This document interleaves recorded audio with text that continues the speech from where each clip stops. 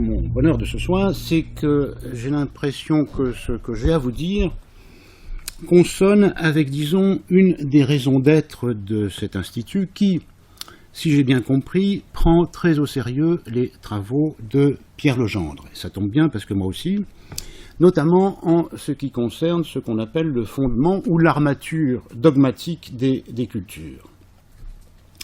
Je voudrais donc essayer d'aborder une question qui me semble centrale en ce qu'elle se rapporte au fondement dogmatique d'une société que je crois connaître un peu mieux que les autres, la société occidentale. Je rappelle que l'armature dogmatique se rapporte, du moins telle que je la comprends, au fait de poser et de transmettre des valeurs non démontrables, portant sur des rapports fondamentaux, instituant la vie, par exemple, le rapport entre les sexes, le rapport entre les générations, le rapport entre les individus, ce qui est autorisé, ce qui est interdit, le rapport au visible, le rapport à l'invisible, les ancêtres, les esprits, les dieux, Dieu. Et en tout cas, c'est comme cela que je comprends ce que Pierre Legendre appelle l'armature dogmatique d'une culture. Alors ce que je vais présenter ce soir concerne le rapport à l'autre. C'est une question qui a été si bien traitée dans notre culture qu'elle a permis la création de cités, de villes, d'un genre entièrement nouveau. Les cités étaient ces lieux où chacun est très proche, étant ces lieux où chacun est très proche de l'autre, et où donc la question du rapport à l'autre se doit d'être traitée. J'ai donc intitulé ma conférence « Politique de la cité ». Et je vous l'ai dit au début, ce titre est évidemment fautif. Pourquoi ? Parce que c'est à l'évidence un pléonasme, puisque cité, la ville, se dit en grec polis, ce qui a donné le mot politique, qui renvoie à la constitution et à l'administration d'une communauté d'humains vivant ensemble. Politique de la cité, c'est donc un parfait pléonasme. C'est un peu comme si on disait, je ne sais pas, la subjectivité du sujet, ou la bleuité du bleu. Donc, voilà, politique de la police. Police P-O-L-I-S.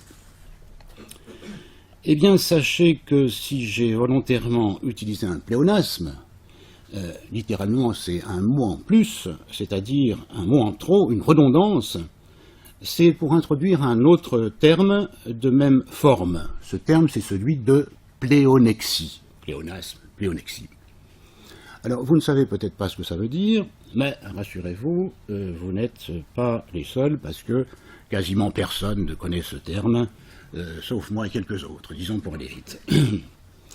C'est du grec, ça vient de pléon, plus, comme dans pléonasme, plus, et de eken, donc le verbe avoir, ce qui peut se traduire en bon français par le fait de vouloir avoir plus que l'autre, avec en grec un sens qui dénote l'injustice à la suite d'actions faites sur le dos des autres. Je disais que personne ne connaît ce terme, et pourtant c'est un terme qui a beaucoup contribué à la construction de la pensée philosophique et qui, bizarrement, a été quelque peu refoulé. C'est justement ce que je vais essayer de vous montrer, et pour ce faire, je vais vous présenter quelques textes philosophiques majeurs où cette notion se trouve à l'œuvre.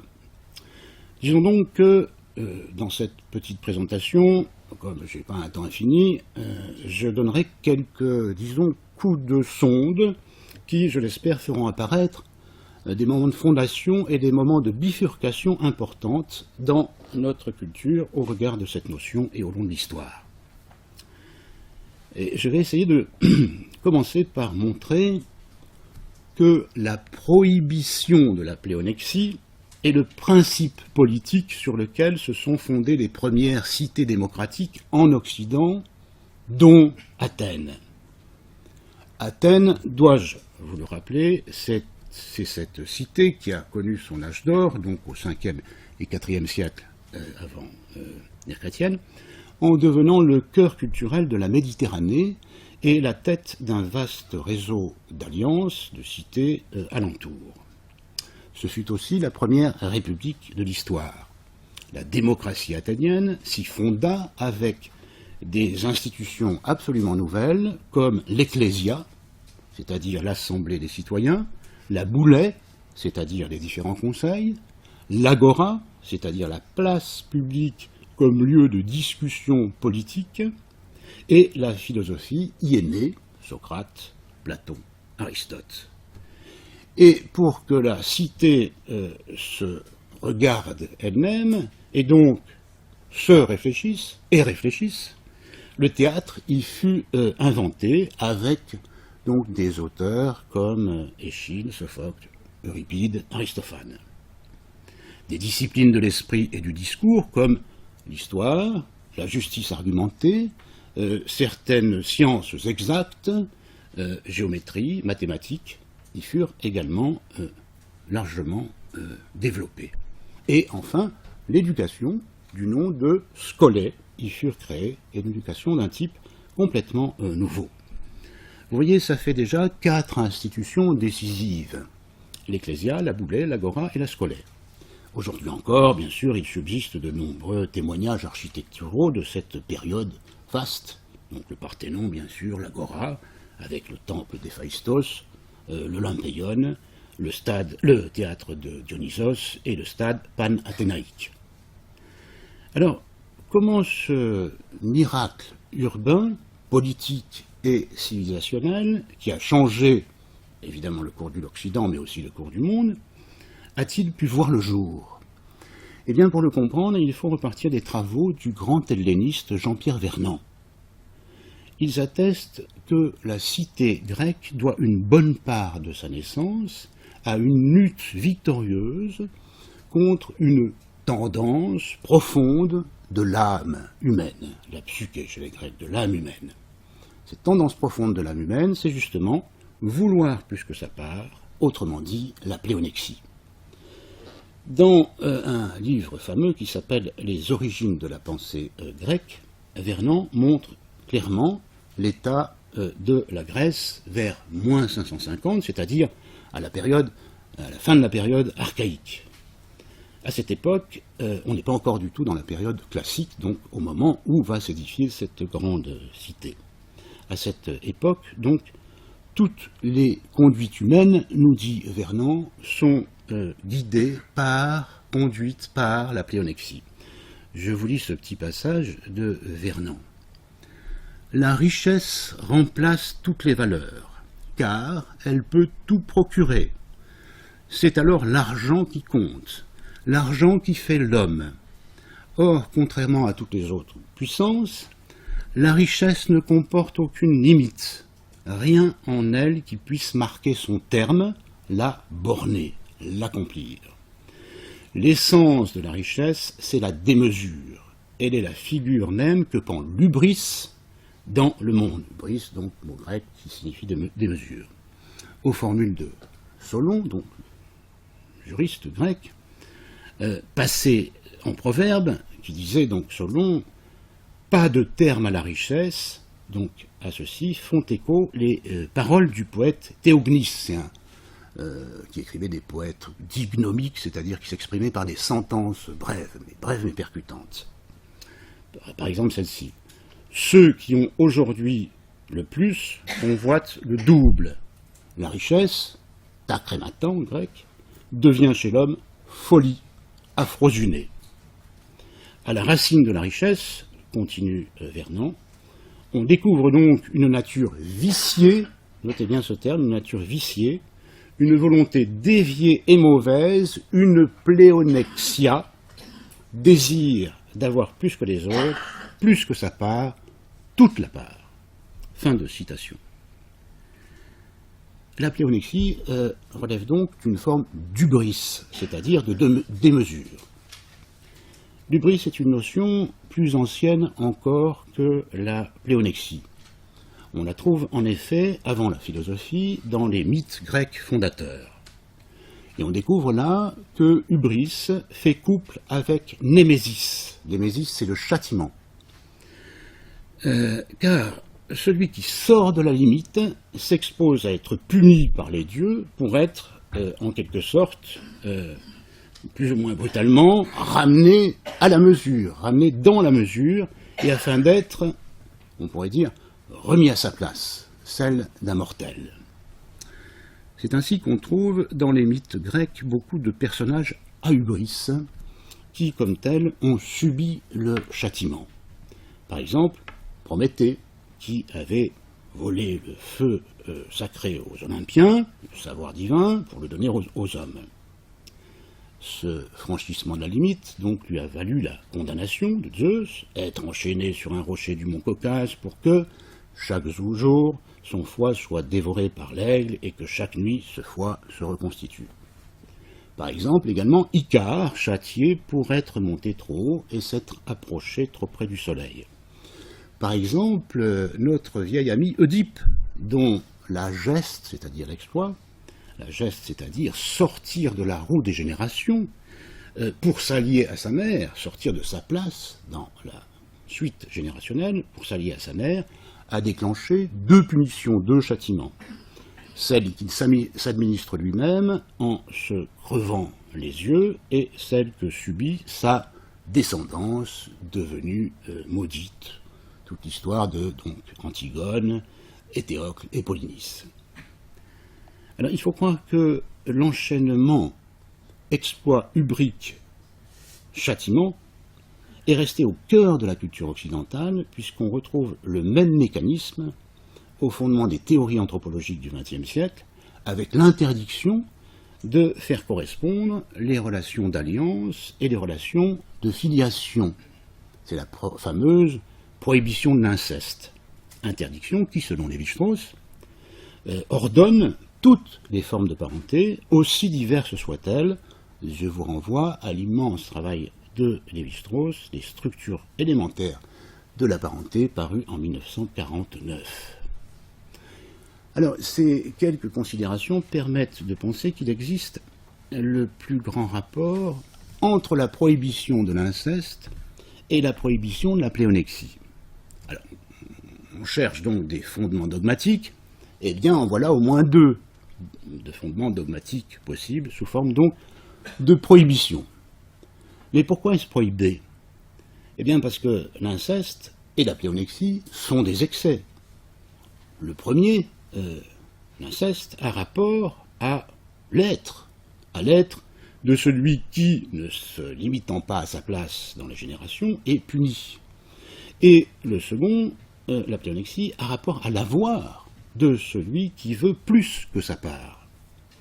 Or, la recherche de la richesse sans limite, donc ta cremata, devenant chez l'homme aphrosyné, déclenche elle aussi un cycle de punition qui menace non seulement la maison, c'est-à-dire la lignée, comme dans l'affaire d'Oedipe, mais ça génère aussi des punitions qui menacent toute cité qui aurait autorisé ces excès. Alors, quel châtiment, en l'occurrence, pour la pléonexie, c'est ce qu'on va voir. On trouve cette question développée dans un texte fondateur, La République de Platon. Ça fait plus de 2000 ans qu'on commente la République, et on ne s'est pas toujours aperçu que cette notion de pléonexie y était centrale. Parce que ce qu'explique Socrate à ses interlocuteurs, par exemple dans le livre 2 et dans le livre 3 de la République, c'est-à-dire Adimante et Glaucone, les propres frères de Platon, c'est que la pléonexie, dès qu'elle est tolérée dans la cité, entraîne, qu'on le veuille ou non, des châtiments. Le premier d'entre eux, c'est une crise politique, morale et sociale qui témoigne d'un conflit interne à la cité, notamment entre les riches et les moins riches. La discorde qui s'ensuit est alors si grave qu'elle peut déboucher sur la guerre civile. Guerre civile qui, en grec, s'appelle stasis, la stasis, qui, à terme, donc, entraîne la décadence de la cité, Je vous renvoie sur cette notion de stasis aux vraiment travaux décisifs de Nicole Leroux, La cité divisée. Et si ce n'est pas vers la guerre civile interne que l'on débouche, alors c'est vers la guerre externe, donc avec une autre cité, puisque la recherche sans frein de la richesse conduit au désir de conquérir, par tous les moyens possibles, y compris la guerre, les ressources et les biens d'une ou de plusieurs cités voisines. La pléonexie entraîne donc deux types possibles de conséquences catastrophiques, deux types possibles de châtiments. Premièrement, donc, la stasis, c'est-à-dire la guerre civile à l'intérieur de la cité, et deuxièmement, le polémos, qui désigne la guerre contre un ennemi extérieur.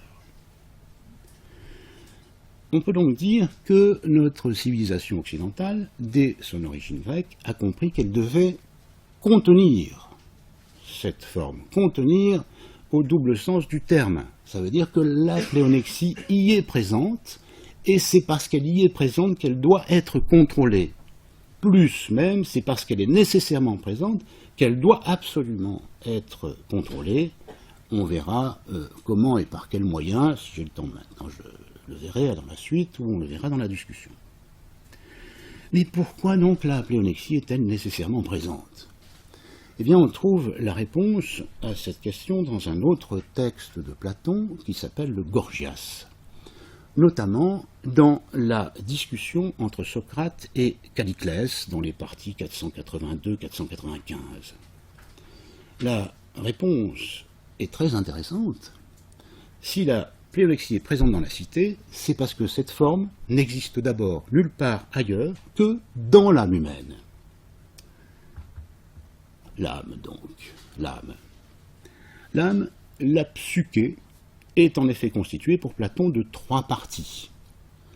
Il expose ça dans plusieurs textes, livres 2 et 3 de la République, dans Phèdre et dans le Gorgias. Dans Phèdre, vous savez, c'est l'histoire du cocher qui doit tenir donc le cheval noir qui tire d'un côté, le cheval blanc qui tire de l'autre. Donc trois parties. Et donc trois parties, voyons lesquelles. Pour Platon, c'est dans l'âme d'en bas, que les Grecs appellent l'épitumétikon, située donc corporellement dans le ventre, et même dans le bas-ventre, que naissent les épitoumiailles, c'est-à-dire les passions, ou les pulsions, ou les désirs. Cette épitoumétikon doit être tempérée et disciplinée par le logistikon, c'est-à-dire l'âme d'en haut, siège du logos, enjeu de cette lutte entre la première et la troisième âme, l'âme intermédiaire qui s'appelle, chez les Grecs, le thumos, c'est l'élément irascible situé dans le cœur. J'en avais parlé beaucoup ici, il y a quelque temps, avec Jackie Pigeot, qui a écrit ce livre extraordinaire donc, sur les maladies de l'âme, grand spécialiste de tous ces textes. Et donc, on a eu des discussions très longues sur le cœur, où est-ce qu'il commence, où est-ce qu'il finit. Ben, il commence haut et il finit dans l'estomac. Et donc, il avait des localisations comme ça, très précises du cœur. Alors, pourquoi le cœur? Ben, parce que quand vous êtes en colère, votre cœur tape.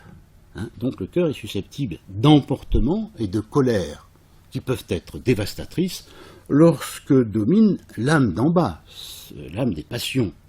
Mais le thumos est également capable du courage qui fait les héros qui deviennent des furieux courageux, les héros de la cité, lorsqu'ils aient mis ce thumos au service de l'âme d'en haut.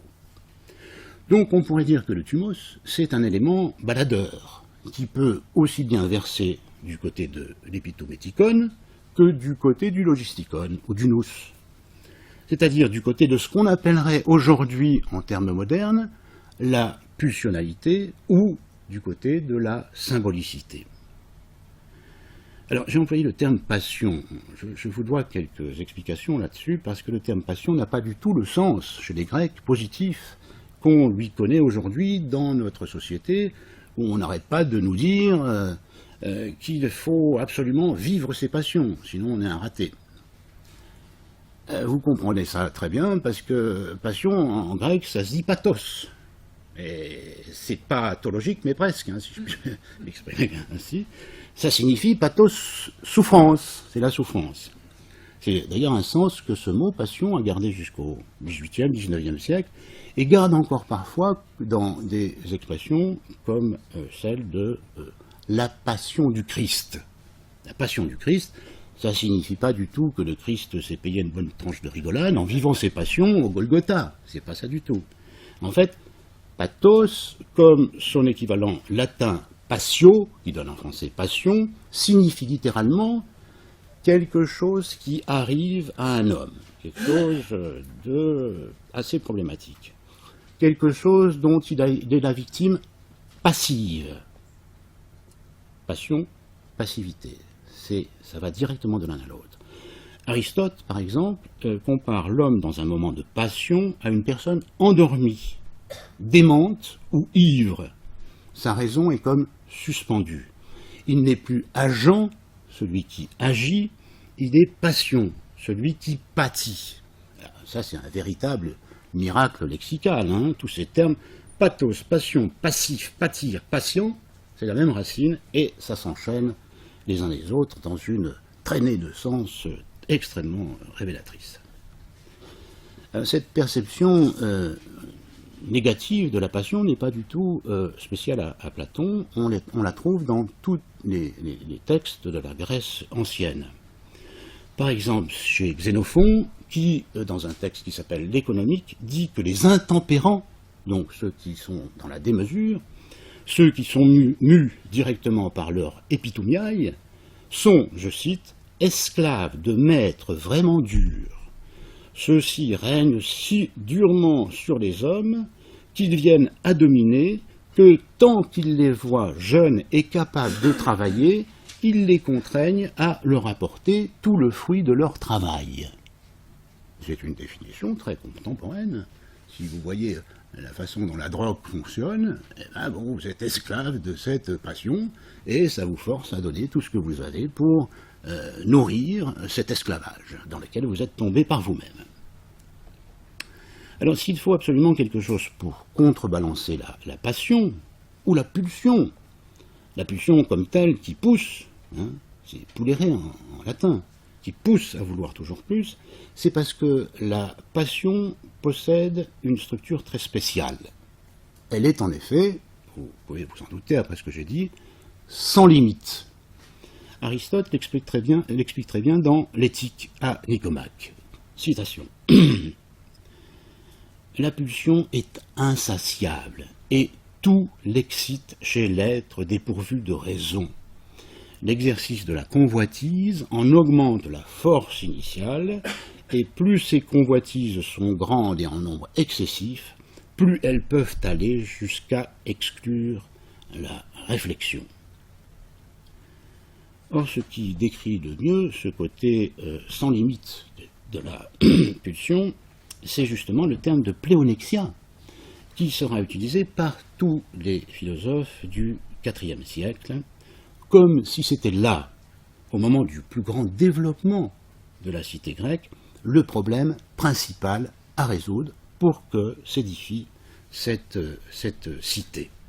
Il y a de très belles études là-dessus de lexicographes qui ont examiné la présence multiple de ces termes de pléonexia dans tous les textes classiques, chez les rhéteurs, Isocrate, Xénophon, Platon, Aristote, etc. Dans le Gorgias,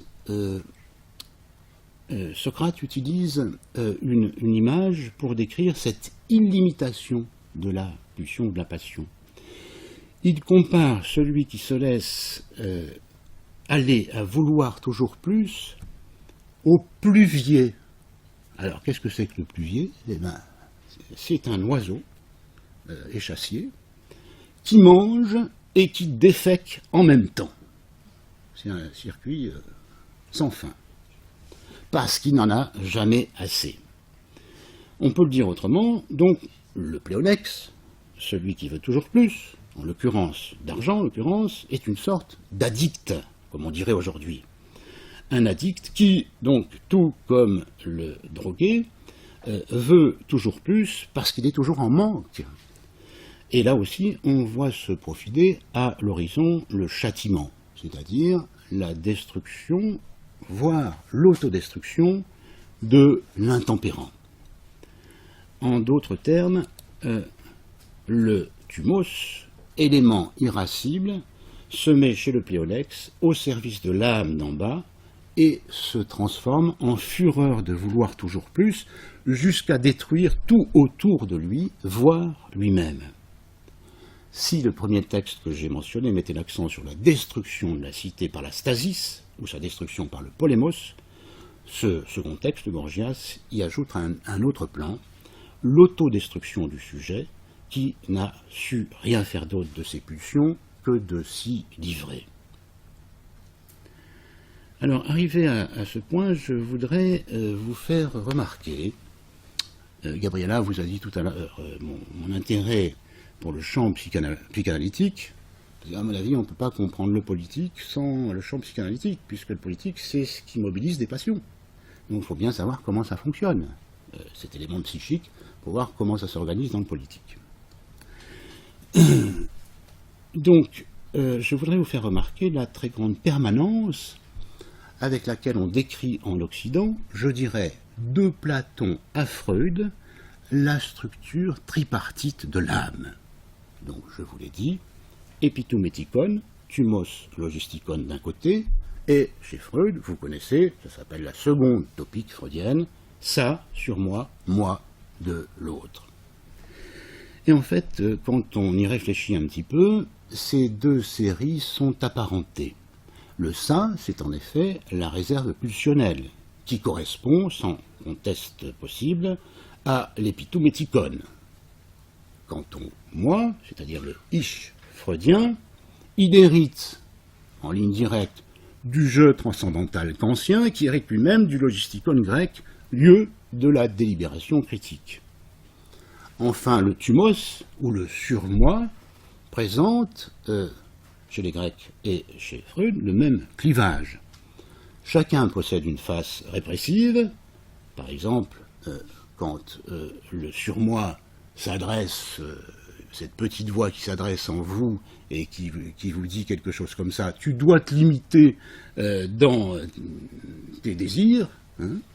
C'est d'ailleurs quelque chose que Freud développera superbement dans ce livre de 1929, Malaise dans la civilisation. Il cesse de dire ça. Calmez-vous. Et il a raison, parce que 1929, c'est la crise financière qui démarre 6 mois plus tard, et 2 ou 3 ans plus tard, c'est Hitler qui devient chancelier. Et donc, le message de Freud, c'est le malaise. La civilisation est un malaise. Toute civilisation est un malaise parce que il y a une instance qui vous dit tu dois te limiter. Tu dois te limiter. Alors, avec cette limitation, tu te débrouilles pour faire autre chose, mais ça, tu peux pas. Tu peux pas tout. Donc, tu dois te limiter.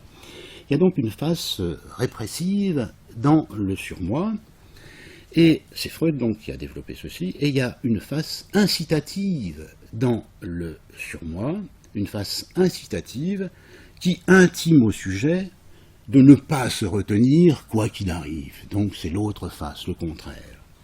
C'est Lacan qui a développé ce point lorsqu'il parle de la face féroce et obscène du surmoi. Celle qui dit « vas-y, fonce, jouis, tu ne dois pas t'arrêter. Voilà, tu dois les avoir tous. » Et toutes. Bref, c'est donc toujours une machinerie psychique ternaire qui doit contenir, je reprends ce verbe, ce dont elle s'alimente, c'est-à-dire l'excès pléonexique initial. Sinon, la machine explose. Or, il est arrivé un moment où, dans l'histoire occidentale, le surmoi thumos s'est aligné, non pas sur le nous, le logistikon, mais sur le ça, épitoumétikon, pour dicter au sujet l'impératif d'une jouissance sans limite qui s'exprimerait justement par « vas-y, fonce, toujours plus, encore ». Ce moment apparaît très clairement dans un texte aujourd'hui peu connu, mais alors très diffusé, qui s'appelle « La fable des abeilles » de Mandeville, première version 1705. Je vous invite à lire ce texte court, c'est 6 ou 7 pages, vous le trouverez partout sur l'internet, très très mal traduit, c'est pourquoi je vais faire une autre traduction, puisqu'un éditeur me l'a demandé avec une présentation de ce texte. Donc, ce texte, la fable des abeilles, dans ce texte, Mandeville, qui est le précurseur des Lumières anglaises, parce qu'on dit les Lumières comme si... Bon, mais en fait, puisqu'il y a des Lumières, il y a au moins 2 Lumières. Il y a les Lumières anglaises, et puis il y a les Lumières allemandes. Et c'est pas tout à fait la même chose.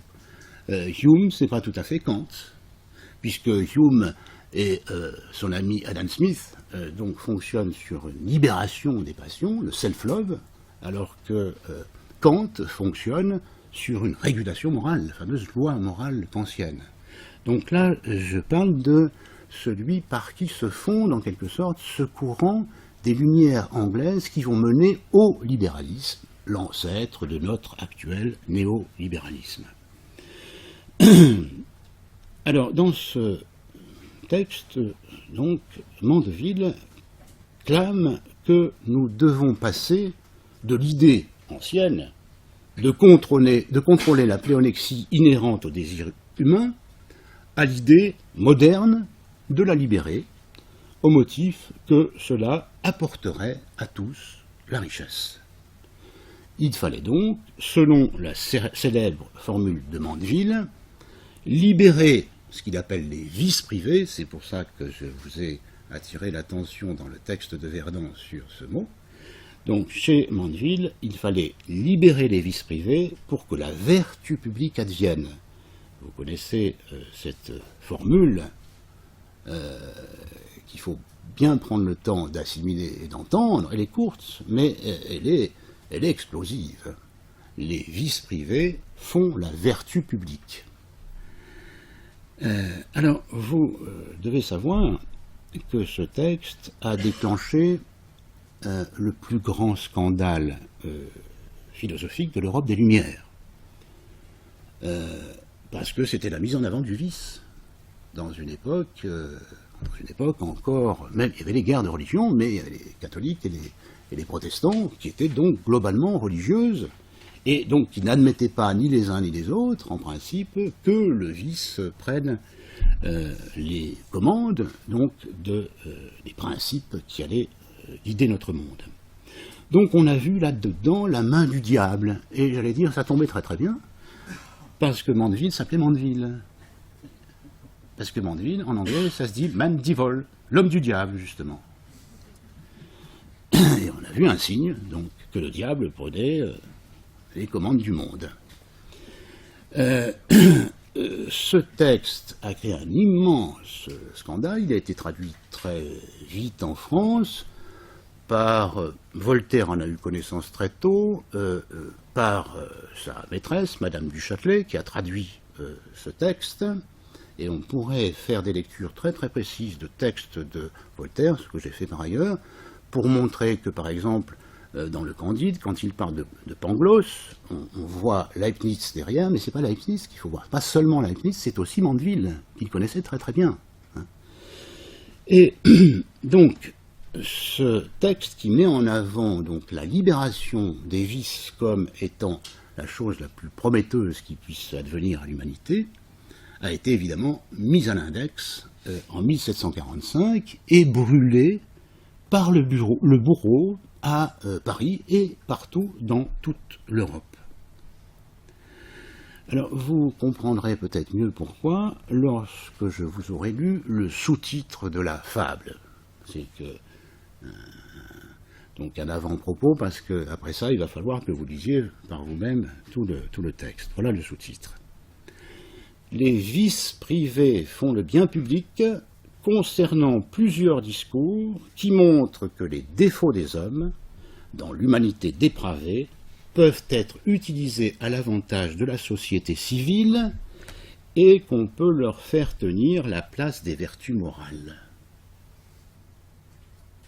Donc ça veut dire qu'on peut faire tenir au vice la place des vertus morales. C'est encore mieux que la vertu, parce qu'au moins ça rapporte. Bon. Alors vous voyez que Mandeville est en quelque sorte l'héritier direct de Calliclès, et il est clair quand on lit la fable des abeilles qu'on sait, on repère que Mandeville connaît bien son Platon. C'est l'héritier donc direct de Calliclès, parce que le narrateur de ce conte, en effet, se demande, à l'instar de Calliclès, jusqu'où la passion, donc les vices privés, peuvent conduire, et il répond, comme Calliclès, à la pléonexie. Sauf qu'ici, loin de provoquer le rejet et le dégoût comme chez Socrate, la pléonexie déclenche une véritable passion, un véritable enthousiasme.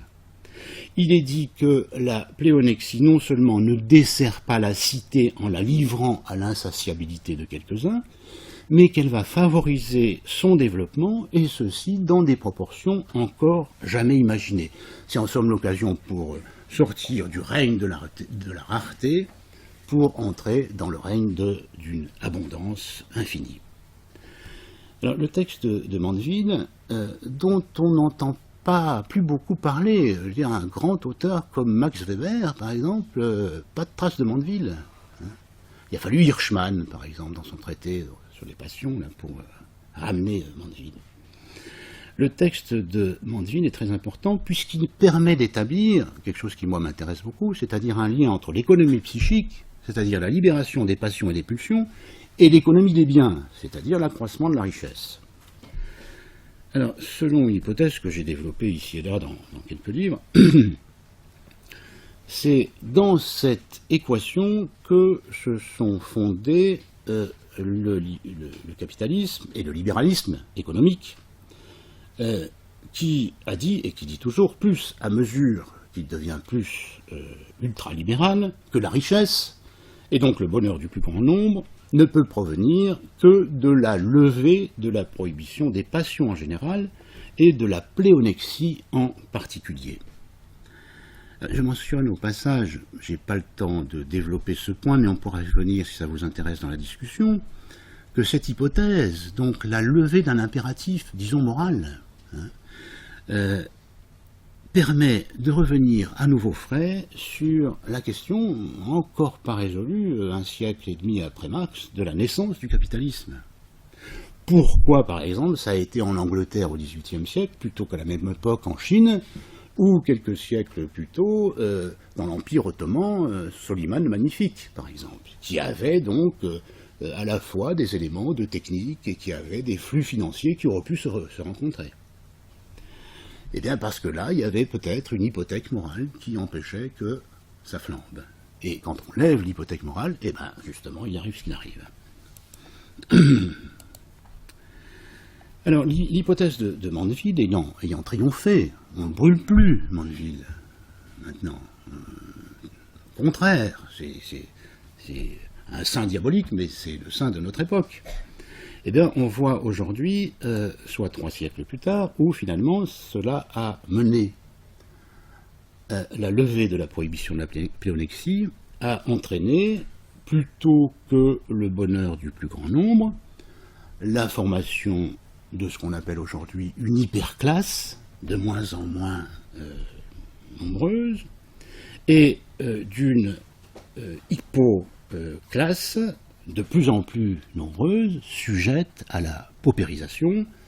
Je vous renvoie aux thèses actuelles de Piketty sur ce point.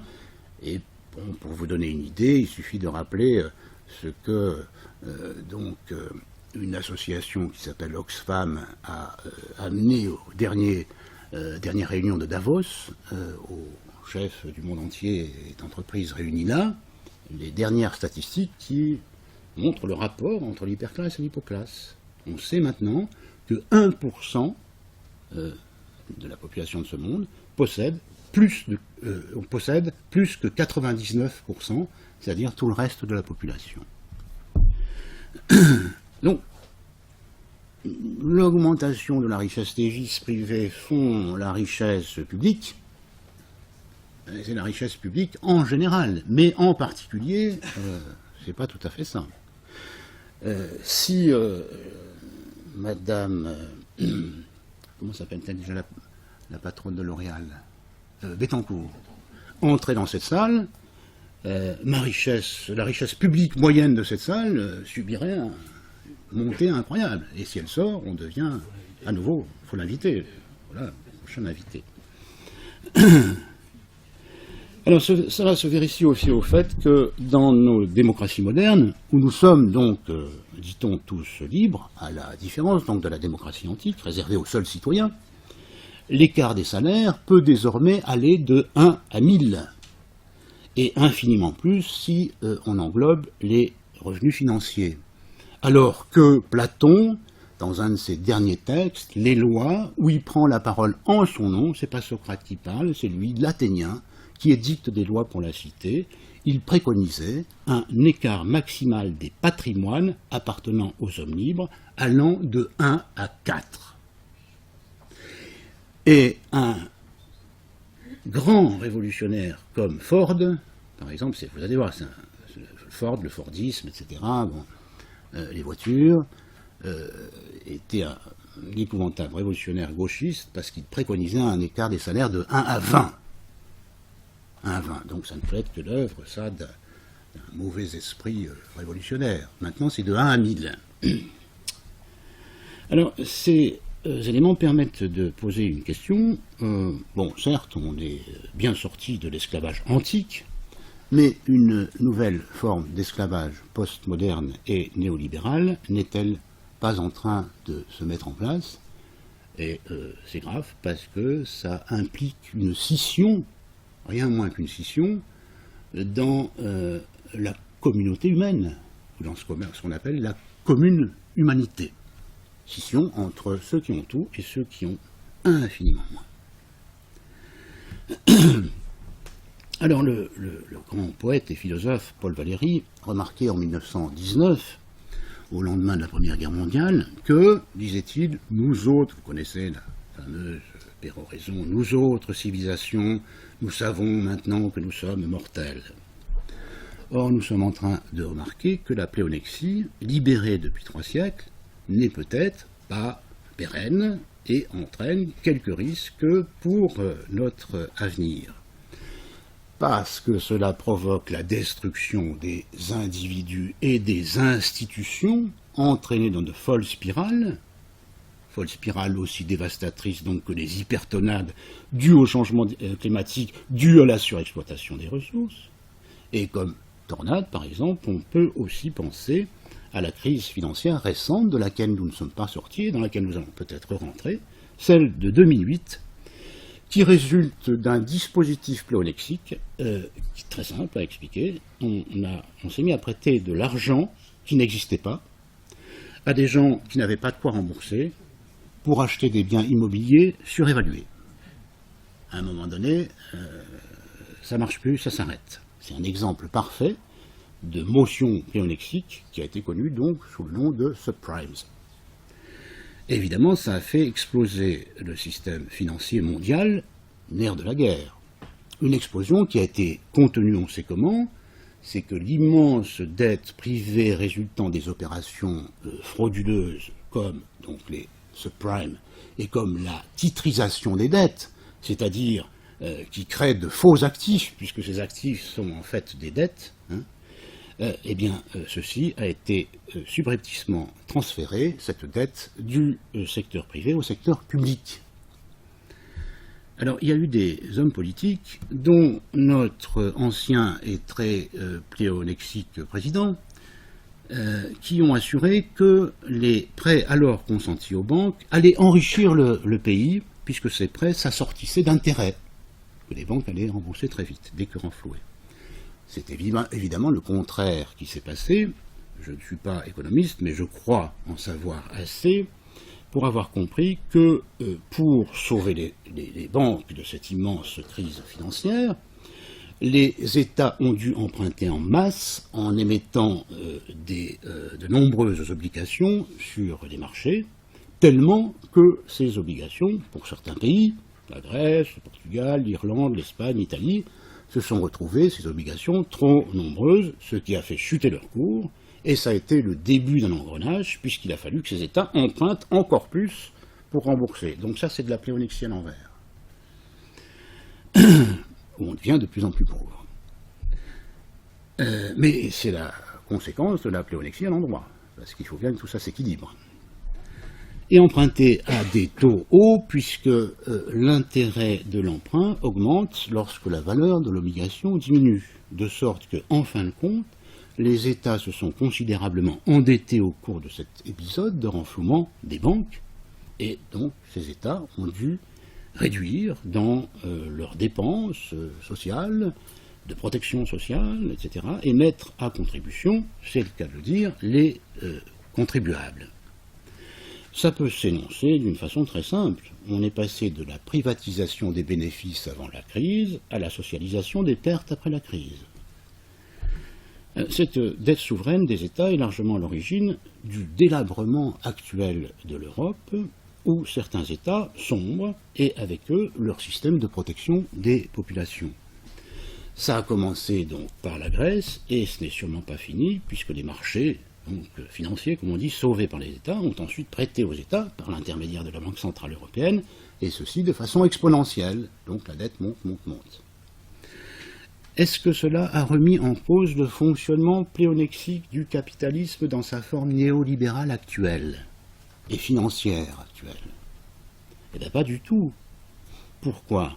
Parce que la pléonexie est au cœur du système. Bien sûr, elle touche l'hyperclasse, qui s'enrichit de plus en plus, mais elle atteint aussi l'hypoclasse, c'est-à-dire que ça contamine tout. Et ce qui peut se dire d'une autre façon, le vouloir plus, toujours plus de l'oligarchie financière a généré ou a dégénéré en un vouloir plus d'objets de satisfaction, d'objets marchands, de la part des individus, ce que Descartes appelait des artifices. Donc toujours plus d'objets marchands de la part des individus, ainsi réduits, de plus en plus réduits, à de simples consommateurs. Ce qui oblige donc, puisqu'on veut produire toujours plus, à exploiter encore plus toutes les ressources disponibles, quitte à perturber gravement, à terme, les grands équilibres fondamentaux, écologiques, sans lesquels il n'y aurait pas de vie sur Terre. Donc vous voyez que là, le châtiment qui nous menace, c'est un peu lourd quand même.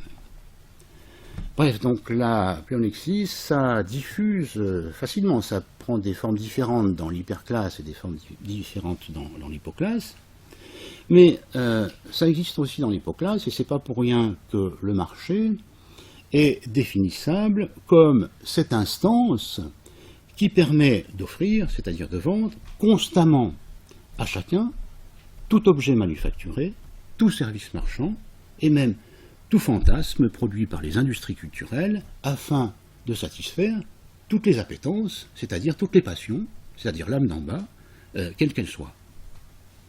On peut donc le dire autrement, je le répète, Calliclès a gagné.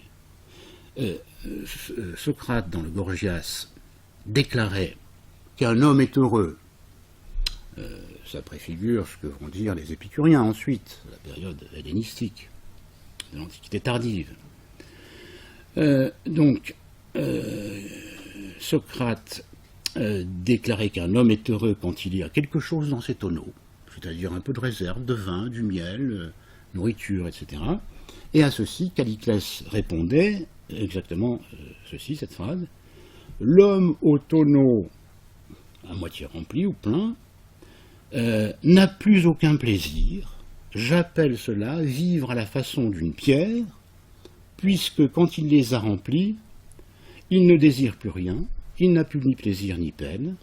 Mais moi, Calliclès, je dis, ce qui fait l'agrément de la vie, c'est de vider encore et de verser encore et encore, et de remplir sans fin ce tonneau, donc, percé, qu'on ne finit plus de remplir.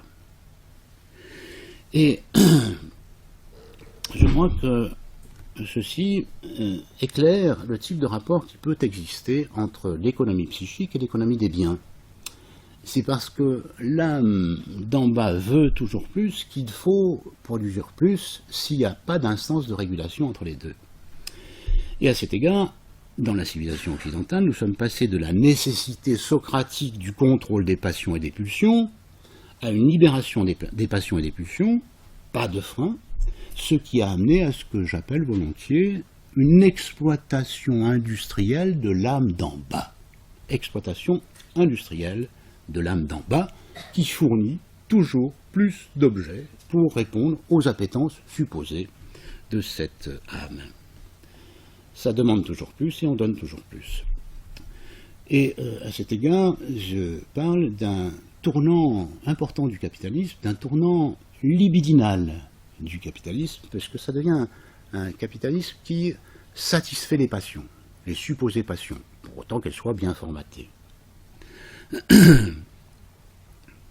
Autrement dit, dans le temps des révolutions industrielles, le capitalisme, mu par la pléonexie, a imposé, dans un premier temps, une prolétarisation du producteur, ce qui a été hautement dommageable pour le sujet parce qu'il est devenu un simple auxiliaire de la machine, et cela a donné le taylorisme, le fordisme, si bien analysé dans les années 30 par Simone Veil, et ensuite le toyotisme et le lean management maintenant.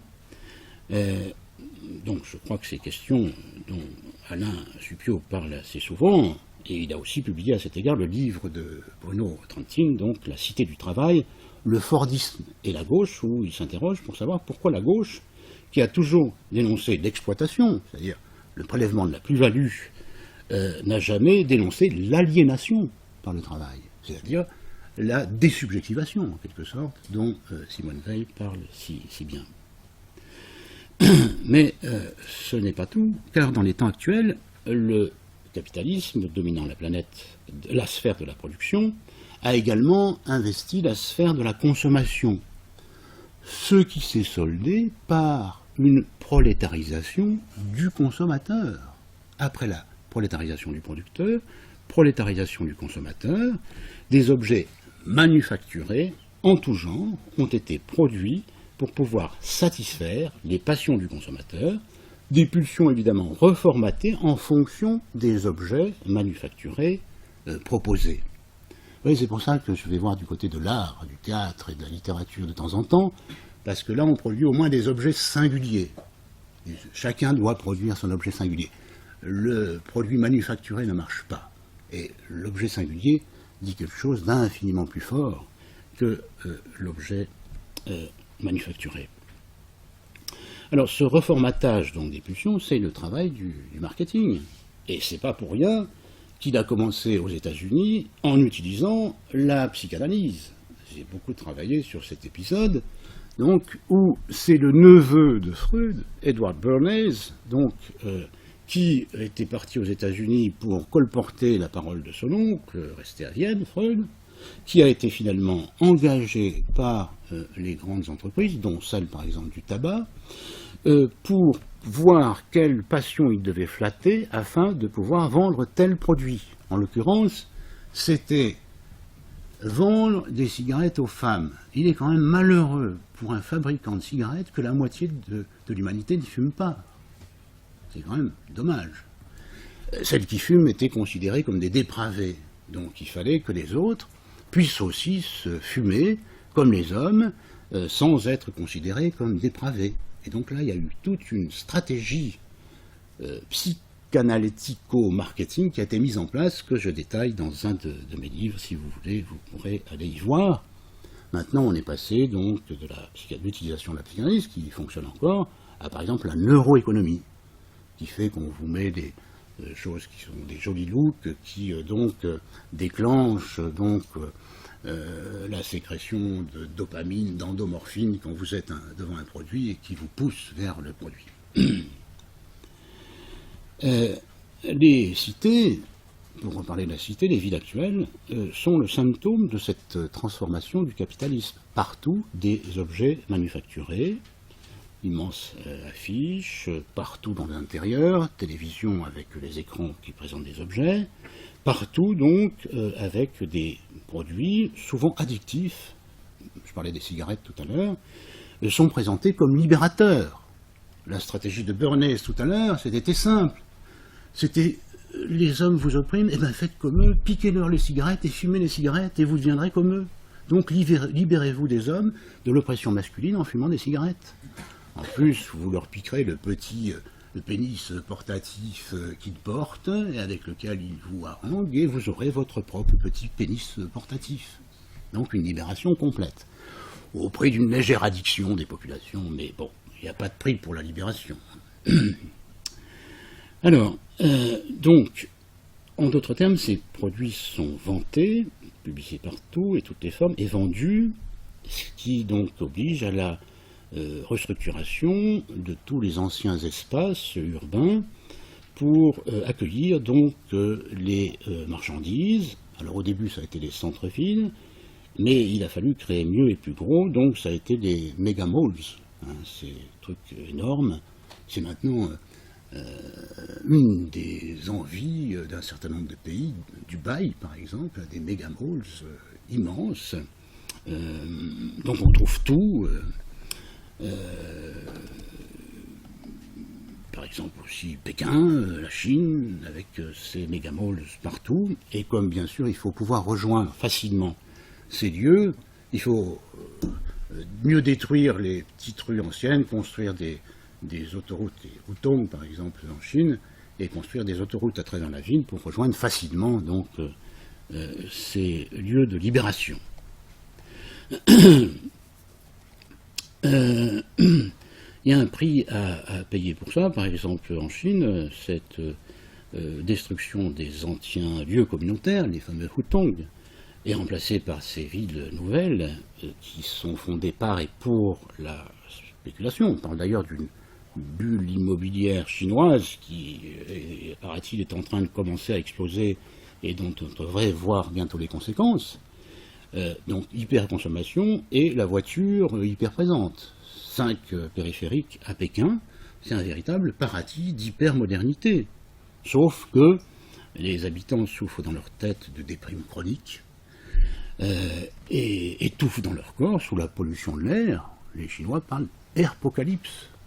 4000 morts par jour en Chine.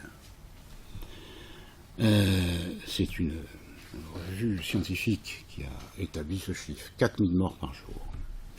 Alors c'est là évidemment où la vieille question du châtiment ressurgit, parce que le principe pléonexique accrédité par l'Occident, ayant gagné le monde, c'est ce qu'on appelle la mondialisation dans sa forme actuelle, se change tout simplement en menace de destruction de ce monde, de notre monde. On peut le dire autrement, lorsque la pulsion ne se symbolise plus, elle se transforme en pulsion de mort. On peut le dire encore autrement, la pulsion libérée a permis au cours des 3 derniers siècles, sinon l'augmentation du bonheur, du moins de la richesse, surtout pour quelques-uns. Or, il semble bien aujourd'hui que persévérer dans un vouloir avoir toujours plus risque de mettre en cause la pérennité du monde par une augmentation extrêmement périlleuse des risques. Et là, on retrouve l'hypothèse platonicienne qui nous éclaire tellement bien sur le présent, donc risque de guerre civile, stasis, plus ou moins larvé, opposant les riches et les pauvres. Demandez par exemple aux habitants de Rio de Janeiro si leur ville n'est pas déjà en proie à une guerre civile. L'armée est larvée, 14 000 morts par an. Deuxièmement, risque de guerre externe, polémos, entre belligérants en compétition pour avoir plus et dominer plus. Demandez par exemple aux habitants de Bagdad si leur ville n'a pas été détruite pour que la puissance américaine s'empare des champs de pétrole irakiens, ce qui débouche sur une guerre qui s'étend maintenant à des pays voisins avec les conséquences que l'on sait, avec la disparition de tout ce qui tenait ces régions, bon, avec des conséquences dont on ne voit pas le bout. Troisièmement, risque de dérèglement de la psyché, c'est-à-dire des risques d'atteinte psychopathologique des individus, résultant donc d'un appui de plus en plus fort sur l'âme d'en bas, l'épitouméticone, ce qui se traduit par la prévalence de la pulsionalité sur la symbolicité et qui se solde souvent par une multiplication des passages à l'acte contre soi ou contre les autres. Demandez par exemple aux habitants des grandes villes américaines pourquoi ils vivent dans la peur des fusillades commises par des, comme on dit, déséquilibrés. 264 fusillades de masse aux USA en 2015, avec 13 000 morts et près de 30 000 blessés. On n'est pas en guerre, c'est donc ce chiffre considérable donc, que l'on atteint maintenant dans un pays en paix. Quatrièmement, risque de perturbation dramatique de ce que les anciens appelaient le cosmos. Socrate, dans le Gorgias, insistait déjà sur ce point auprès de Calliclès. Et si tu continues, eh ben, il va se passer d'autres choses qui vont atteindre pas seulement toi, mais le reste du monde. Et il définissait, Socrate, les choses comme ça. Le ciel et la terre, les dieux, c'est-à-dire, dans le polythéisme grec, je n'ai pas besoin de vous faire de dessin, les forces de la nature. Donc, le ciel et la terre, les dieux et les hommes sont liés entre eux par une communauté faite d'amitié et de bon arrangement, de sagesse et d'esprit de justice. Et c'est la raison pour laquelle, à cet univers, il donne le nom de cosmos, qui veut dire monde ordonné en grec.